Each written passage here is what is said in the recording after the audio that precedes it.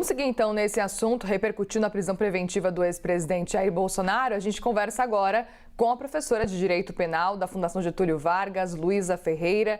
Ela vem conversar com a gente nesta manhã de domingo. Pedro Venceslau segue com a gente por aqui também. Professora, muito bem-vinda. Obrigada por conversar com a gente aqui. Obrigada, sempre um prazer, Mariel. Professora, eu quero justamente falar sobre esse ponto que a gente ouvia agora o Murilo de Aragão trazendo para a gente. Queria entender o quanto que atrapalha na defesa de Jair Bolsonaro ele já ter um vídeo admitindo que realmente tentou danificar a tornozeleira. Atrapalha muito, porque se no começo, assim que saiu a decisão, realmente poderia haver uma dúvida, existia uma defesa possível de que ele não pode ser preso, punido por ato de terceiro, e eu concordo com essa defesa, por mais que pudesse ter um risco à ordem pública em razão dessa vigília, por mais que possa ter um risco, porque a gente tem ali os bolsonaristas, vários, né, agora com essa tendência de ir para os Estados Unidos na iminência de uma prisão, são todos atos de terceiro e não poderiam ser utilizados, na minha visão, como fundamento para a prisão do ex-presidente Jair Bolsonaro. Então, ali no primeiro momento, e quando não se sabia exatamente o que tinha acontecido com a tornozeleira, tinha uma defesa possível, tinha um argumento forte da defesa contra essa prisão preventiva, para um pedido de revogação, que eventualmente poderia ser analisado pelos outros ministros do Supremo. Agora, quando vem a confissão, aí a gente tem o ato do ex-presidente Jair Bolsonaro, um grave indício de tentativa de fuga, e agora, né, a gente tem comentado isso, a defesa tem falado, alguns apoiadores do ex-presidente Bolsonaro têm falado sobre um possível surto, mas agora o ônus é da defesa. O indício de fuga está lá, é um ato praticado pelo ex-presidente Jair Bolsonaro, confessado por ele. Então, portanto, nesse momento, se complica muito para eventual pedido de revogação da prisão preventiva. Não vejo muita saída para a defesa agora pedir a revogação da prisão preventiva. Tem esse argumento de surto, mas aí a defesa que vai ter que provar. E complica também, Muriel, a situação do ex-presidente Jair Bolsonaro num eventual pedido de prisão domiciliar humanitária, que era algo que vinha sendo uma possibilidade, juridicamente é forte, a saúde do ex-presidente Jair Bolsonaro é frágil, tem a previsão na Lei de Execução Penal, também no Código de Processo Penal, dessa prisão humanitária para quem tem doença grave, que eventualmente não possa ser tratada na prisão, e agora isso fica mais frágil. Embora não juridicamente mais frágil, porque ele ainda continua tendo um direito à prisão domiciliar, depois dessa tentativa, depois de usar um ferro de solda para tentar tirar a tornozeleira, fica muito mais difícil que a defesa consiga emplacar esse pedido. Pedro? Professora, sobre a questão da vigília, ela também é um fator que é um agravante nessa questão da dificuldade de conseguir agora uma domiciliar, ou a vigília em si, como é um ato de terceiro, não implica mais dificuldade para a defesa de Jair Bolsonaro?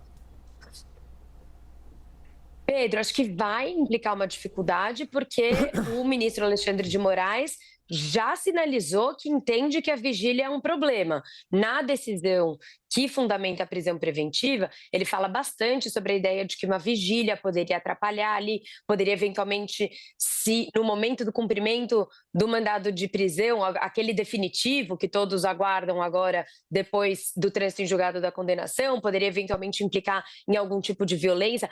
Para o ministro, a vigília atrapalha um pedido de domiciliar.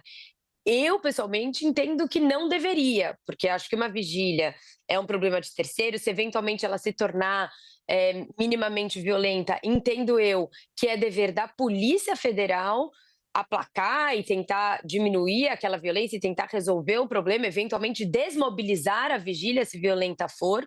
Não acho que alguém pode ser preso por um ato de terceiro. Mas o ministro Alexandre de Moraes já sinalizou que esse pode ser um fator também. E daí, eventualmente, o que pode ser feito, que estou imaginando que vai ser isso, esse caminho um pouco que está se construindo, é de um quase que uma prisão médica, né? Se o ex-presidente Jair Bolsonaro precisar de atendimento médico, já está dito ali que ele vai ter 24 horas, então vai dificultando o caminho ali da defesa, um pedido da defesa para dizer que o ex-presidente Jair Bolsonaro estaria mais seguro dentro de casa. Tudo vai depender também das condições e do tratamento médico que ele vai poder receber na prisão.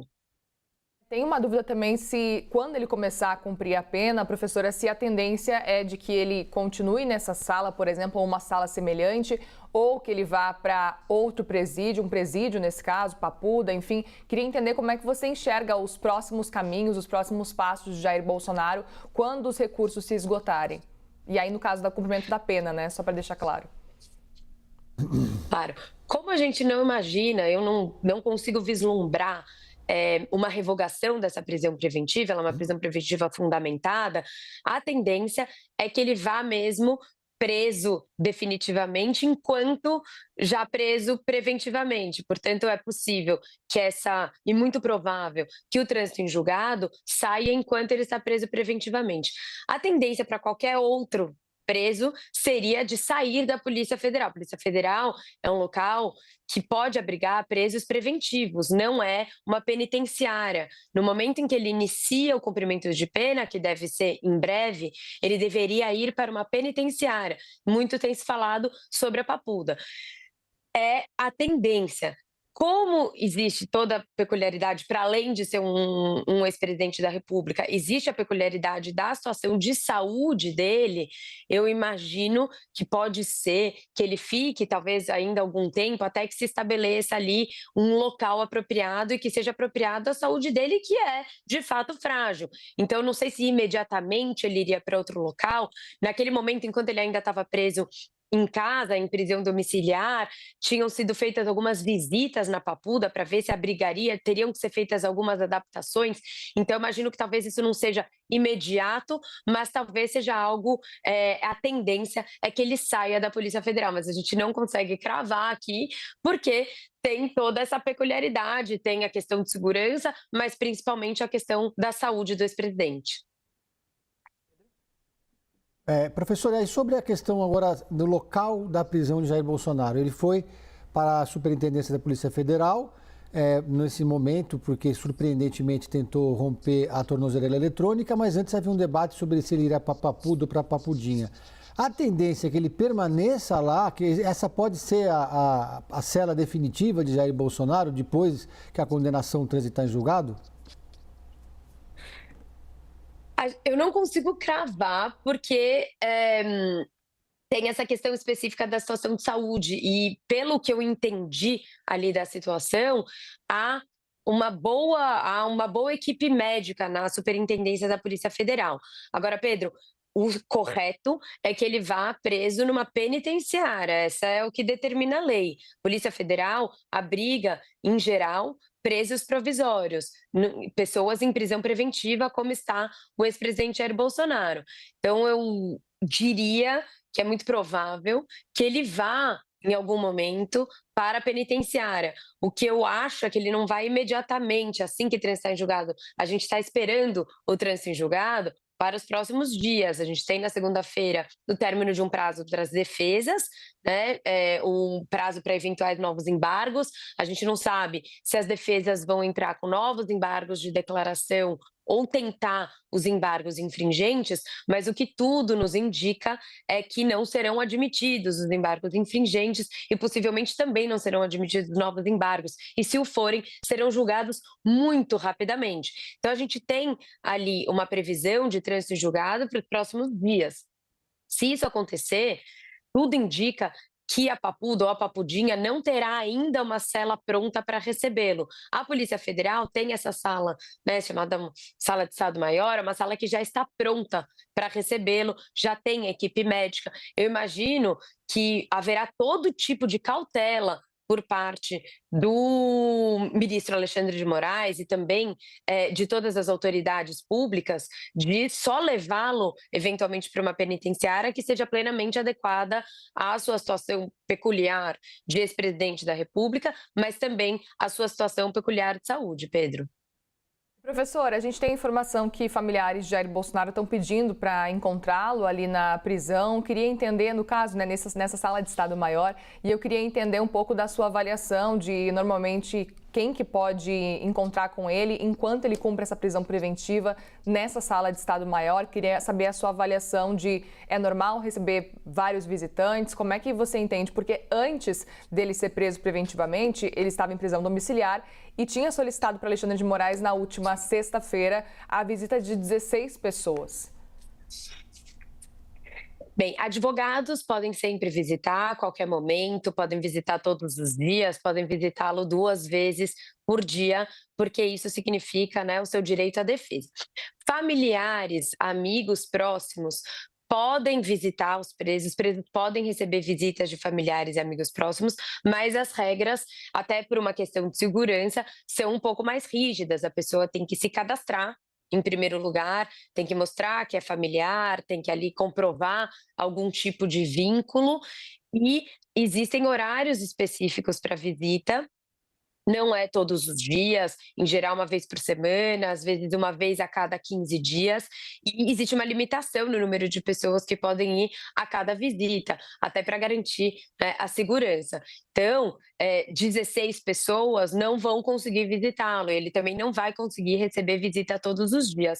Claro que tem toda uma especificidade neste caso, por ele estar na Superintendência da Polícia Federal, por ele ser um ex-presidente, em que eventualmente podem se ajustar regras diferentes do que a gente vê para o preso comum.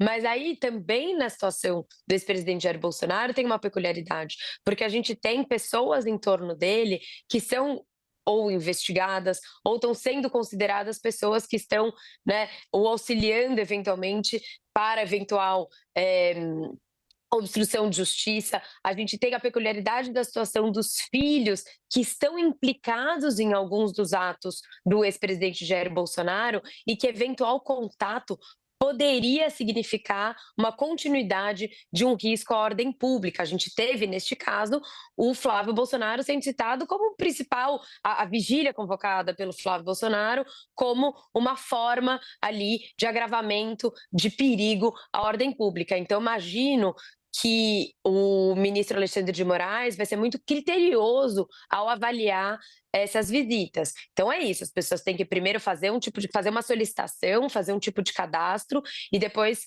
essas visitas começam a ser regularizadas, mas demora um tempo para o preso comum, isso demora semanas para que a pessoa possa começar a receber visitas. É claro que a gente não está falando de nada comum aqui, né, Muriel? Pedro. Professora, em 2018, quando Lula estava preso, vários aliados que são advogados, que têm a carteira da ordem, mas que não eram advogados do então ex-presidente, foram visitá-lo na prisão para fazer articulação política. Qual que é o critério? Só os advogados, agora no caso de Bolsonaro, do próprio Bolsonaro podem visitá-lo ou qualquer aliado que seja advogado pode usar desse expediente para visitá-lo e eventualmente fazer conversas políticas?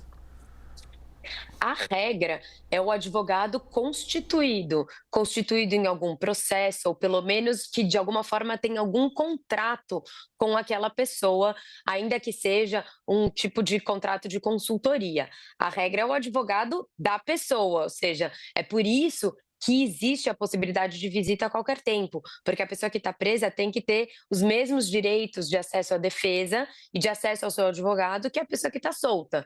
Portanto, a regra é que seja advogado da pessoa. Agora, como as comunicações são confidenciais e como essa regra é ampla e muito necessária, frisa-se, para o direito de defesa, não tem como se fiscalizar ou dizer, olha, mas aqui esse advogado não é advogado de verdade, aqui ele está conversando, na verdade, não é sobre a defesa, é sobre uma articulação política, até porque eventual consultoria pode servir, eventualmente, para viabilizar o futuro político daquela pessoa. Então, não tem como controlar como se dá essa conversa, mas a regra é o advogado constituído. Ele não precisa ser o principal advogado do processo, não precisa necessariamente ser aquele que atua todos os dias e faz a petição, mas tem que ser alguém que está representando aquela pessoa, mas pode ser algo um pouco mais, digamos assim, flexível na forma que se dá essa representação. Muito bem, professora de Direito Penal da Fundação Getúlio Vargas, Luísa, muitíssimo obrigada, professora. Volte sempre aqui no CNN Brasil. Eu agradeço, bom dia para vocês. Obrigada, um bom dia, professora, e obrigada, Pedro. Já já a gente conversa também.